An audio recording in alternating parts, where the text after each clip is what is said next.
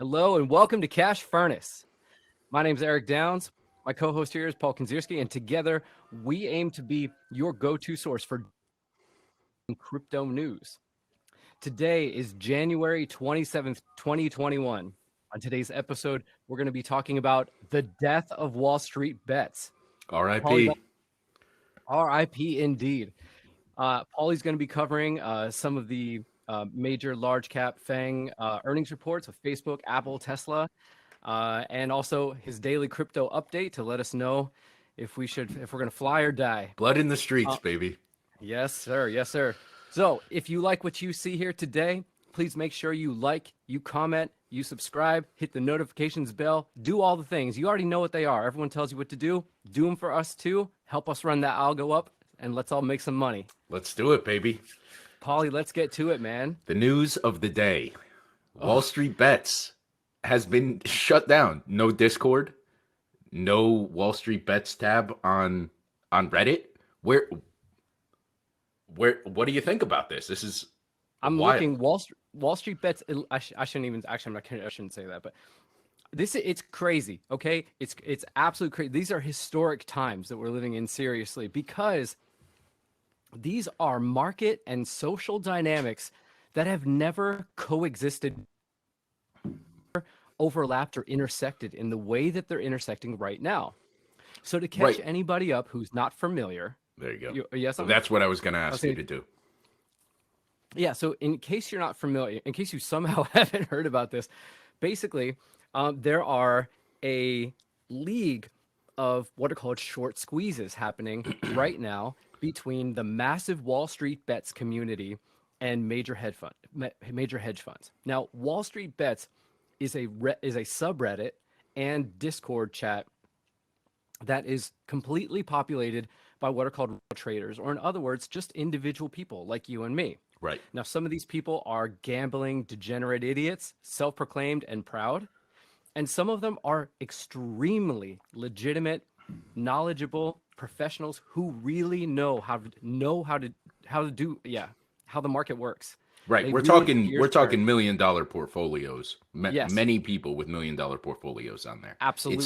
It's not just a bunch of amateurs, though the vast majority are. Yes, and those are the ones that are most entertaining. So they typically make the front page. But there are true experts on there who can do the job as good or better than most hedge fund managers. So anyway, the long story short, GameStop was basically at the center, as it has been at the center of market news and almost a lot of mainstream news, because essentially the entire Wall Street Bets community identified a massive short squeeze opportunity on GameStop over the course of the last year. Right. Now, quick definition: a short squeeze is basically when you bet on a stock going down, you profit from a stock going down. So normally, to profit from a stock, you buy it when it's low, and we've all heard the adage: sell when it's high, right? Yep. But if you want to profit in going in the other direction, you just do it backwards. You borrow some shares up here, sell them, you pocket the cash, and when it comes back down, you buy it back for cheaper, and you keep the difference. So it so happened that Reddit had identified that GameStop was the most shorted stock on the market. And this has been for a long time because major hedge funds were betting against it. It's a physical brick and mortar retail, specializing in games, which are all moving not only away from brick and mortar to like buying on Amazon, but they're moving to purely digital where you can just download them. Right. So having a place where you can buy physical discs is essentially irrelevant. And so major hedge funds are betting on that. And let's be honest, that thesis isn't bad. In fact, they were right. And we covered this in pretty good detail yesterday as far as why we thought the major institutions were in it in the first place. It was a smart play. The area where they went wrong, Eric, and you can elaborate more on this, is they sold naked shorts, or they bought naked shorts, right? Yeah. Yes. Is that the terminology that I'm getting correct? I wouldn't necessarily refer to them as naked. Okay. That's more of an options term. Okay. So basically, what happens is basically these institutions, they, again, based off of the explanation, they had to borrow a ton of shares from all these brokerages and they sold them, right? Hmm. But what happens was, if the stock goes up instead of down, if they're wrong, then what'll happen is they'll have either their own personal algorithmic points, or the brokerage will have points at which their loss is so heavy that they have to close the position because it's just getting too big, and they literally don't have enough money to cover it. And so what happens, and this is what causes the squeeze, that is the rocket up, is that if I sell a bunch of shares here and I pocket, let's say, $1,000, and I want it to go down to 500 and buy it back for 500, and I keep the extra 500, but instead it goes up to 1,500, now I'm technically negative 1,500 on my trade. And to close my position at a loss, if I sold it to open the trade, I have to buy it to close the trade. And if I Hmm. buy it when it's higher, what does buying do? It shoots the price up even more. And so you get this giant upward cascade of all of these shorts being squeezed out of their positions over and over again. It's just like a giant waterfall or it's a rocket that shoots upward, but it compounds on itself the worse it gets. And there have been historic times when this has happened to stocks, but never to the degree of this. And here's why. Never in the history of short squeezes, has there been this much online communal collaboration via social media sites like Reddit. Now, don't get me wrong here. I've been tracking this thing since it started. And to be honest, this started out as like a handful of people noticing the same thing. It wasn't like Reddit all got it at first. It wasn't like Reddit all got together and said, "Hey, all 2 million people, let's fuck over all of the hedge funds." Right? Right. It didn't start like that. They just saw an opportunity. They just said, Hmm. "There's a lot of shorts happening here. If they were wrong just a little bit, we can make a ton of money." That's all.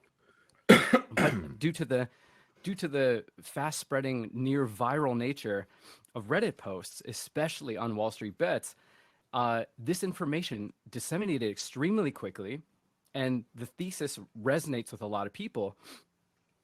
And they realize that even though none of them individually have the capital to, go up against these, the billions and billions of dollars needed to go up against these hedge funds, they sort of silently realize that, yeah, but if we all pitch in, and we all get on this thesis, and we all put in $1,000, $5,000, $10,000, whatever it is, there's all sorts of money. This community up until today was about, I don't know, I think it was about 3.5 million people, Yep. So that's a lot of money. And what happened was these hedge funds started to get squeezed, and they started to Hmm. lose an immense amount of money. And I'm talking in the the billions. So, but again, none of this would be possible without this central collaborative community, Reddit and Discord, for them to be able to even disseminate and understand this information together. So that's why this is completely different, and this is why this is possibly one of the biggest short squeezes of all time, because of communication. So today, and this is the headline of the whole thing. There's tons of news coming out. There's hedge fund managers coming out. This has got to be regulated. Counter argument is, well, you guys have been screwing over the retail investor for years, manipulating the market, buying people's data and just, doing short squeezes. yeah, they also do them.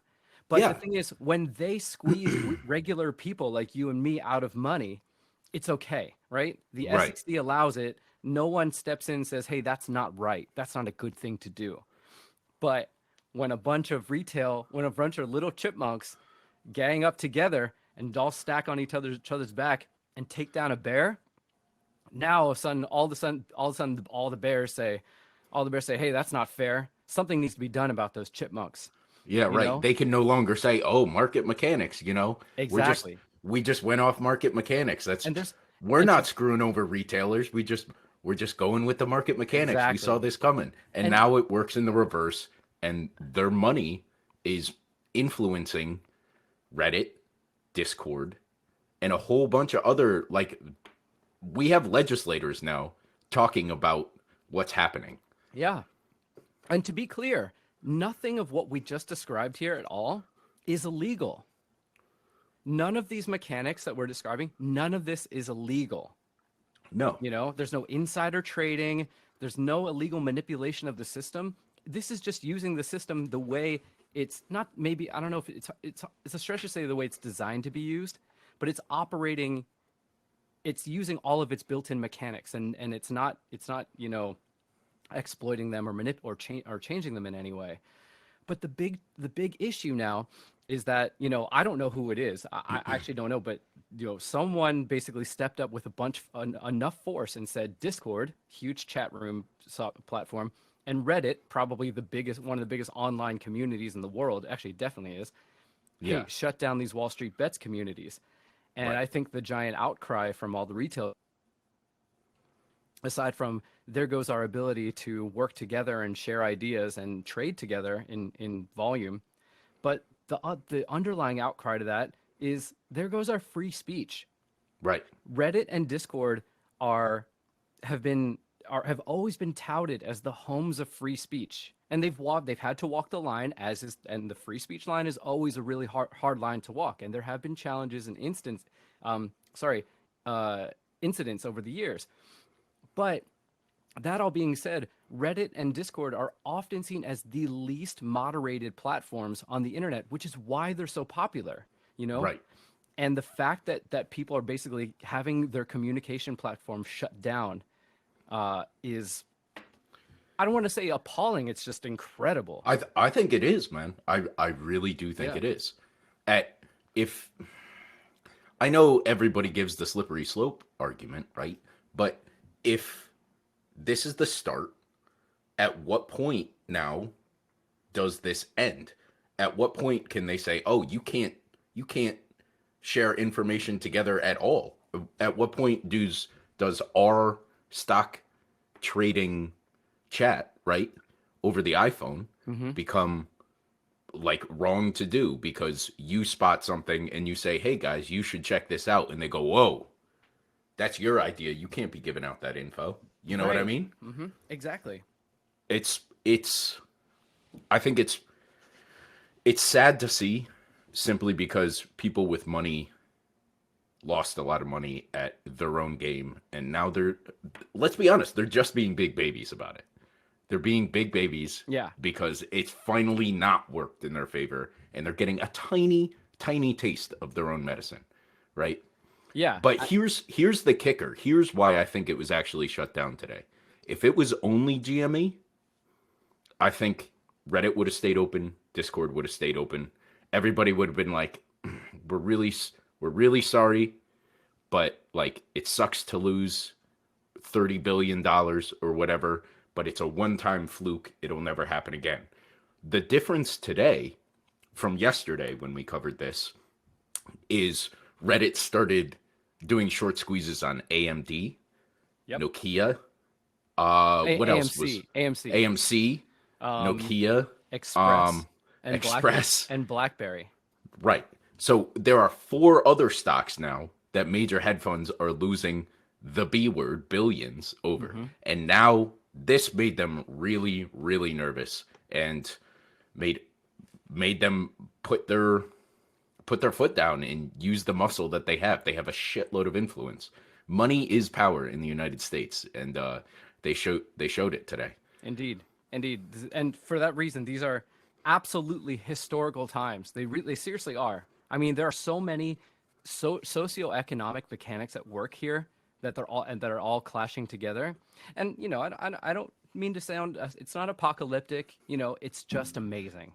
It's just amazing when I two agree, massive yeah. social phenomena collide like this. And I hope it ends up, you know, I hope nothing happens that significantly, permanently, or severely changes the retail investors can trade. I don't think it will. But when these things happen, you can't help but wonder, like, what is next? It makes me nervous because what's the one major tool we have right now that institutions don't? And that's social arb, right? Essentially, Reddit is social arb investing. You hear the hive mind, you get you get kind of an idea where everybody's going. You jump into a position and you see that position turn out because you have so much backing behind it and so many people agreeing on the same idea. That is social arb investing in a nutshell. You could do it traditional ways where you look up Google Trends, like rising Google Trends. You could there's a million ways to do social arb investing, but Reddit fast track that Yes. really easily. Yes. And Absolutely. now if these communities get snuffed out, we've lost one of the only major tools that we have right now that Wall Street traditionally doesn't, which is Yes. really shitty. And what's funny is that Wall Street, you know, when Reddit and Wall Street Bets first started rising in popularity, man, I remember I joined Wall Street Bets when it had 144,000 users. Mm-hmm. And I've been on it for 5 years, man. yeah, and yeah, same, me too. And back then, big happened on Wall Street Bets. I mean, if it ever got outside of Wall Street Bets, and Jim Cramer or any financial analyst knew about it, it was always a joke. It was always a joke, right? Oh, yeah. Look at these little dumb idiots over here making these dumb trades, But as the community grew and power grew,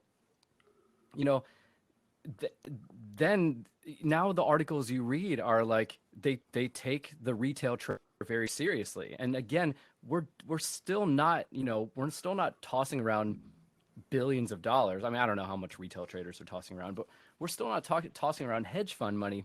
But it's not ignorable anymore. Right. And it's so much that diligent hedge fund managers will admit to scanning Wall Street Bets just to see what the retail guys are gonna try and hawk next. Right. It's a smart play. As they should. Mm-hmm. So anyway, wild times, dude. Wild times we're in right now. Yep. This just happened like an hour ago. Like it just got shut down an hour ago before the show. Well, we already saw the stocks start slipping. Yeah, all of the meme stocks again. AMC, Nokia, Express, Blueberry, BlackBerry, Nokia, and GameStop all going down. Unfortunately, I have positions on all of them. Actually, a lot of our friends do because we wanted to ride them up. But apparently today was the worst day to get in, and here we are. So I'll probably be down a few $1,000s tomorrow. It is what it is, man. Hey, you never know. The community might rally. You definitely never know. You definitely never know. That's for sure. So anyway, all right. You want to tell us? Yeah. Well, I just wanted to go over. I really want to go over the Facebook numbers in general. Just because you and I obviously are slightly biased towards Facebook right now, and I think, I mean, their beats were incredible. They were every report out there. But so was Amazon. Tesla's earning report was really good. And Facebook's was really good, and they all slid after earnings, right? And we've covered. I know Tesla. Did Tesla not? Yeah. No, Tesla. Yeah, Tesla. Right. Facebook every single one. Was Facebook today? slid 6%. Yep. Amazon. You're right.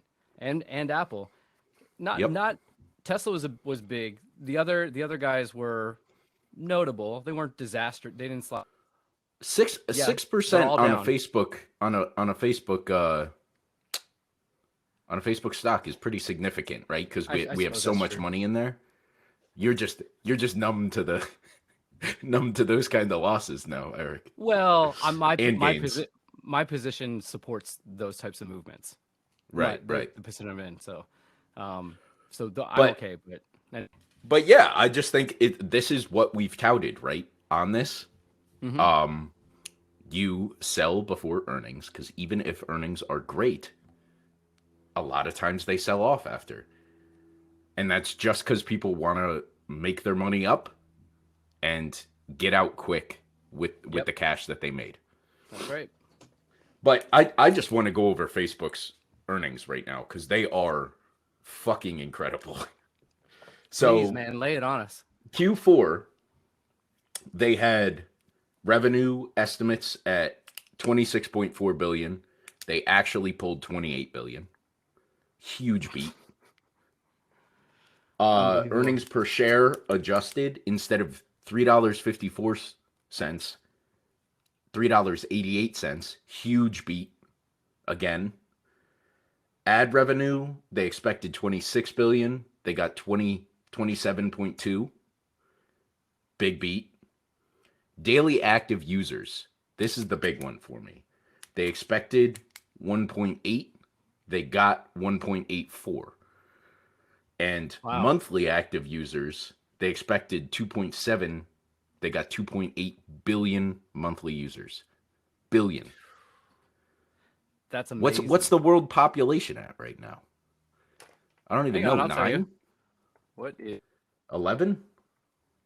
you want to guess? Go ahead. What's your guess? I'll tell you see if you're right. I'm gonna say 11. That sounds about right. Okay, as of March 2020, 7.8 billion. No, wow. Okay, so it's way less than I thought. They have pretty much a third of the world on their platform at least monthly. Can anyone beat that? Who has the most? It has to be them. It has to be them. There's no way anyone beats that. I would think so. I would think so. Yeah, Facebook has the most daily active users, right? And behind them is YouTube. Short, they are YouTube is 700 million users behind Facebook. Yep. Facebook's number one. And this goes back, to all our listeners like are very bullish on Facebook, because those users and the way they engage with the platform, that's everything. We've said it here before. It's a classic adage. When the product is free, you're the product. And so they have a product that is 2.8. You said 2.8, right? 2.8. 2.8 billion people strong who are actively engaged with their platform. That is invaluable to the commercial world, to the advertising world. And yes, to the it sucks data to talk collection, about it. dude. To the data world. Like, imagine all of the demographic modeling and everything they can do with all the information that, again, all of us volunteer to give them. And it absolutely, I mean, I was listening to a podcast the other day talking about TikTok, sort of dissecting why TikTok is so great. I mean, I love TikTok, and one thing I didn't know that kind of took me by surprise is that one of the many things that the incredible TikTok algorithm does is it'll analyze each individual frame of upload to determine what's in it. So, for instance, if you took a video of a dog, even if you didn't put hashtag dog, and I saw this dog, and if your handle's not dog, and you'll put the caption dog, it will look at the frames of your photo, see there's a dog in it, and it'll show it to dog people. Now, TikTok's a massive platform, but we're talking about Facebook, and obviously Instagram, who they own. I don't know if Reels does this, but I imagine it'd be pretty stupid if they didn't. Yeah, if the they have to. biggest social platform in the world will be analyzing the videos that you take for their content, their location, everything, and all of the metadata that your phone automatically uploads to them, the amount of information that they can model is absolutely staggering. And Paulie, I don't remember where you sort of land on this issue. I don't personally mind that. I actually think it's really fascinating, and I look forward to seeing what they can do, what helpful things they can do with that data, because I'm truly of the belief that I don't actually think Facebook is actually evil. I think they do want to. I think they want to affect massive change in the world for the better, and people are very concerned about their privacy. I get it, but I genuinely think that they try and build products around the information and data sets that they have that enhance life and make it better. I agree. I look forward to seeing what they can do with that. I think it's amazing. I agree. The one area that concerns me is that they utilize it, and it's a smart financial move, but I don't like the fact that they utilize the data in order to keep you engaged in the platform. Again, That's a very savvy business decision, right?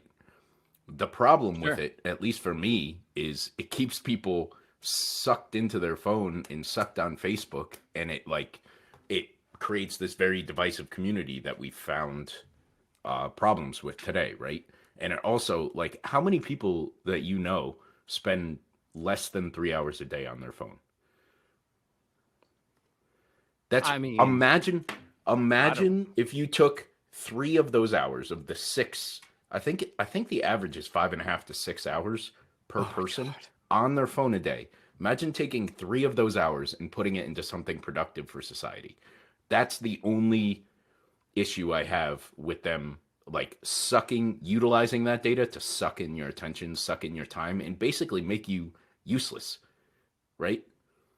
Yeah, I think it's debatable. Hmm. I think there are mentions that I know what you're right. The majority of what we're talking about, I'm going to assume you to some degree, is you're on your phone on Instagram and you're just scrolling through stupid of cats or whatever or drums and I don't know what are you motorcycles and some shit.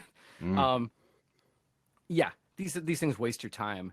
They're cool, but I also think that I think there's a lot of content on there that can be very useful, valuable, educational, things like that. Yeah, I know no one's no one's handing their kid Instagram saying, here's your school lesson for today. I know that. There are But educational people yeah, on those platforms, though. You are correct. yeah, I know you're talking about this who Yeah. scroll infinitely because we've all been there, right? Hmm. I know it. I've been there.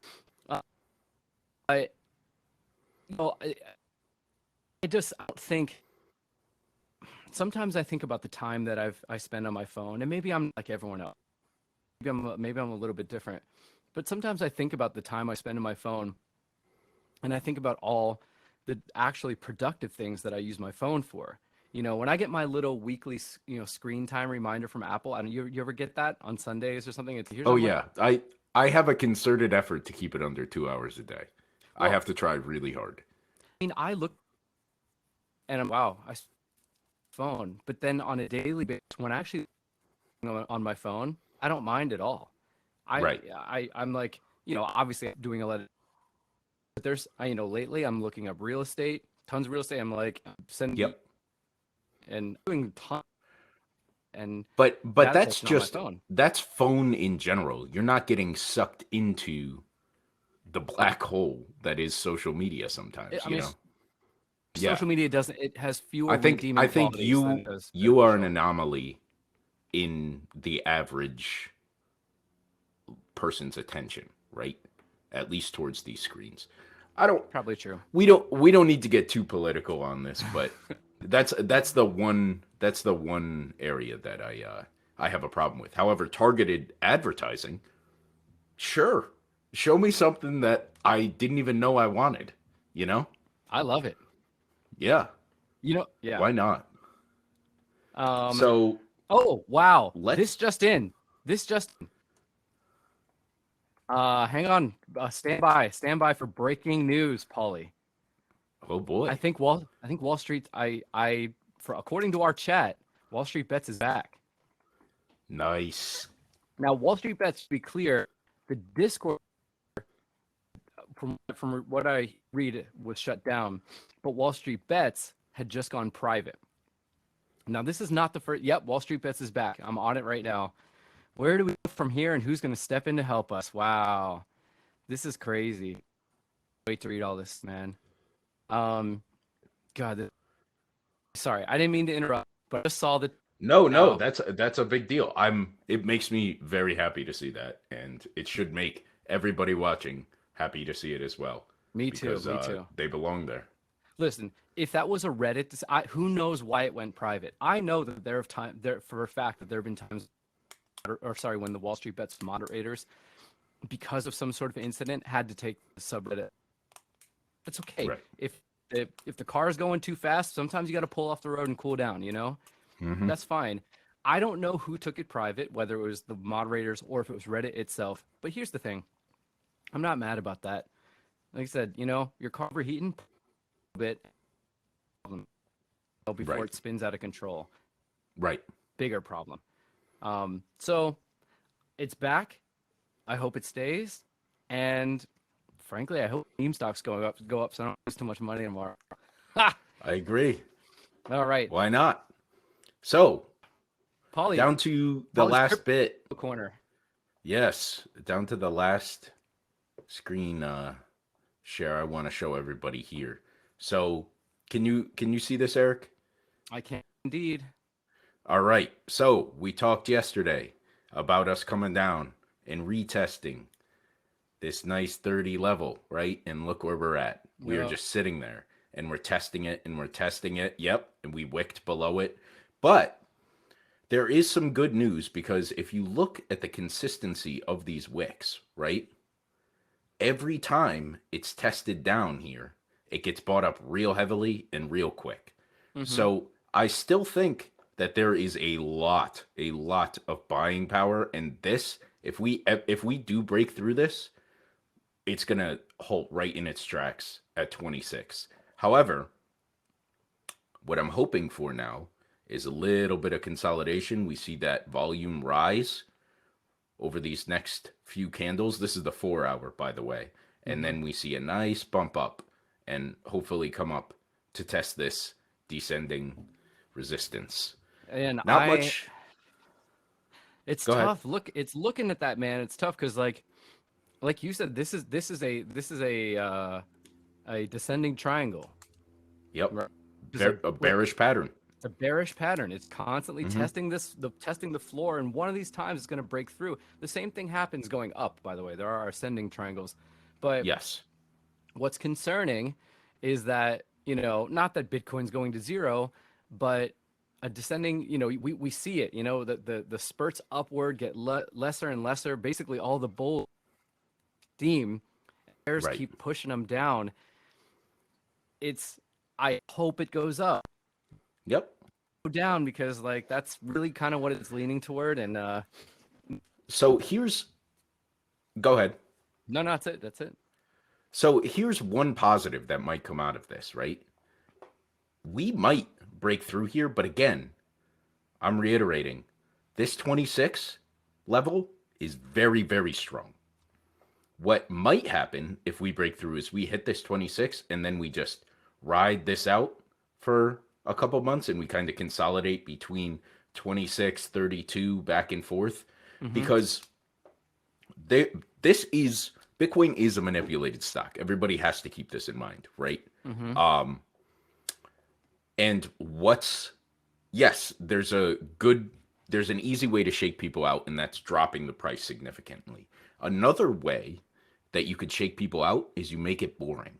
You make it really fucking boring for about a month, and we just trend sideways, right? And you get all the money outflowing because people are like, well, I guess it's not going to 100,000 like everybody predicted. And then after that month, where everybody's accumulating throughout that entire time at that nice new price range, then it pops up. Yeah. So that's also a very real possibility here. Yeah. Actually, that's a great for our viewers, guys, is that like we've seen this, Paulie and I have seen this time in and time out. And this happens in stocks and in crypto. It's like when things go down and they get boring, that's not the time to leave. That's not the time to lose faith. That's the time If to get anything, in. right. That's okay. When it was at 40, everybody was like, damn, I hope it dips because I want to buy in at that 30% drop. What happens with that 30% drop? Oh, I'm not going to buy in. It's going to drop further. Then it bounces back up to 38 and it slowly descends from there. And everybody's like, oh, this thing's going to the floor. This thing's going to the floor. Back down to 20K, right? I'm still not going to buy in because I'm going to get it for a better price. And then it just sits there for a really long time. And again, everybody's like, well, guess it's not going towards 100 now. It's just going to slowly peter out. And then it explodes again and the whole cycle starts over. Now it's 50,000. I can't wait for the 30% drop. You know? Paulie, can you zoom out to like a 5-year chart? Because that'll show exactly what you're talking about. Yep. Yep. Because I know That's a good psychologically speaking, we're talking about just psychology here, just investor psychology. Through it, we all learn from it, and Look at this fucking Oh shit. my God. So look, if you zoom out, you know, what before the big spikes, you know, things are boring. You know, you get a big spike and then it cools, and you can see like, you know, when you see these big green lines, you're seeing volatility. Okay, you're seeing Mm-hmm. massive price movement, and a short little green and red line, or otherwise referred to as a candle, um, you know, indicates low volatility. See, like when it gets hot, it gets hot, and then it cools off, and it goes, and those candles get so short they become horizontal down. And Yep. when it's not crazy get in anymore, you know, then Right here. making moves. Yep. Right here. And This is you accumulate all throughout these years, right? yep. That's that's all I've done in crypto is slowly add BTC and ETH. Yep. Slowly add throughout this entire time. And then you see the little pump and everybody gets excited and it comes back down and everybody's like, I'm out again. But you're the Yep. smart investor the whole time. You're still piling in. And then it fucking goes parabolic, right? So I'm still not worried. I mean, And I don't think our users should be either. If you look I at agree. the past few pumps, right? We've seen a couple weeks downwards. I know these look tiny on the chart, but at the Yeah. time they weren't, right? Look at this. Right. A whole week down a significant amount. What's that? 40%? It's just So- where long story short, don't get shaken out by the fact that A, this is getting boring, or B, that it's just going sideways or it drops a little bit. We Yeah. still have a lot to go on this parabolic trend. We still have a long time, and we're gonna be a-okay. So, Polly, can I make a note and ask a question? Sure. So, my note, I'm a big analogies guy. You know, Mhm. think about this. If you're going down to the river, I mean, you know, you're Oregon, Yes, I do. and you know, at the end, if you get far enough, you have to cross the river, right? You got multiple ways you can do it. And Mhm. one of your options is you can either cross there or you can continue down the river and try and find a spot that's less, you know, has less rapids in it. You know, it's less choppy. Right. So if you're trying to get your boat in the river, where are you going to jump in? Are you going to jump in the rapids where it's going to be crazy to get your balance? Or are you going to find a nice calm part of the river to jump into? Right.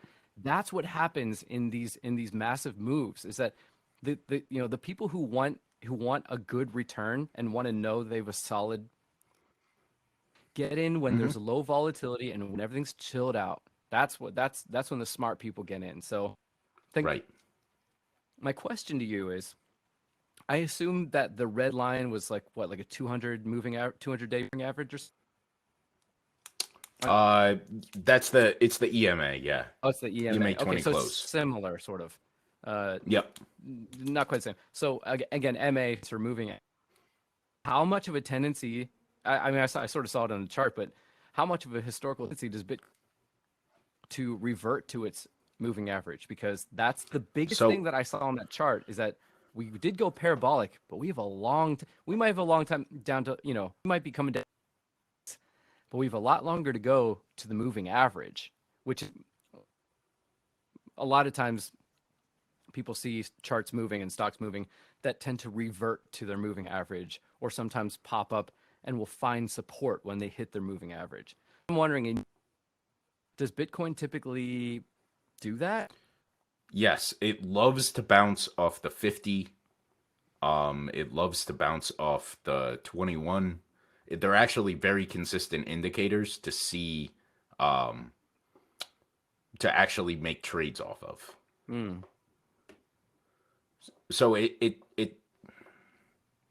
depends where you're at the chart, but they love to bounce off moving average, and Bitcoin also loves Fibonacci's. Mm. Yeah, I love Fibonacci's Fib too. levels, yes. Fib levels are very predictable if you chart them correctly in Hmm. Bitcoin. And that's again because it's very retail driven, has been in the past at least. And retail investors it's fib levels are easy tools to utilize in order to make a trading bet, if you will. Yeah. To our Will viewers out that there, change? Go ahead. well, to our viewers out No, Fi- go ahead. Fibonacci levels are basically various, essentially, um, graphical representations of Fibonacci sequence, oftentimes percentages. Would you say is that fairly accurate? Would you say, Hmm. Paulie? And Yep. it's why, if you looked at a chart and you were like, man, you see Bitcoin goes down a little, or whatever, any movement in there, you're like, man, why does it stop? Why does it go up and stop? And why does it pull back? And why does it? And if you look at it, sometimes you see a lot of consistencies. Well, what's Hmm. wild is that if you ever lay over the right Fibonacci, um, or, or drawing onto a chart, the amount of times that those major points distance line up is uncanny, and you start to Oh yeah. realize how much people actually use it. So Hmm. it's crazy because it just seems like some insane math algorithm, but when you line it up, you're like, oh my god, this is real. It's a beautiful tool, man. Yeah. Speaking of Fibonacci's, so one of the reasons why I said this could be good news, right?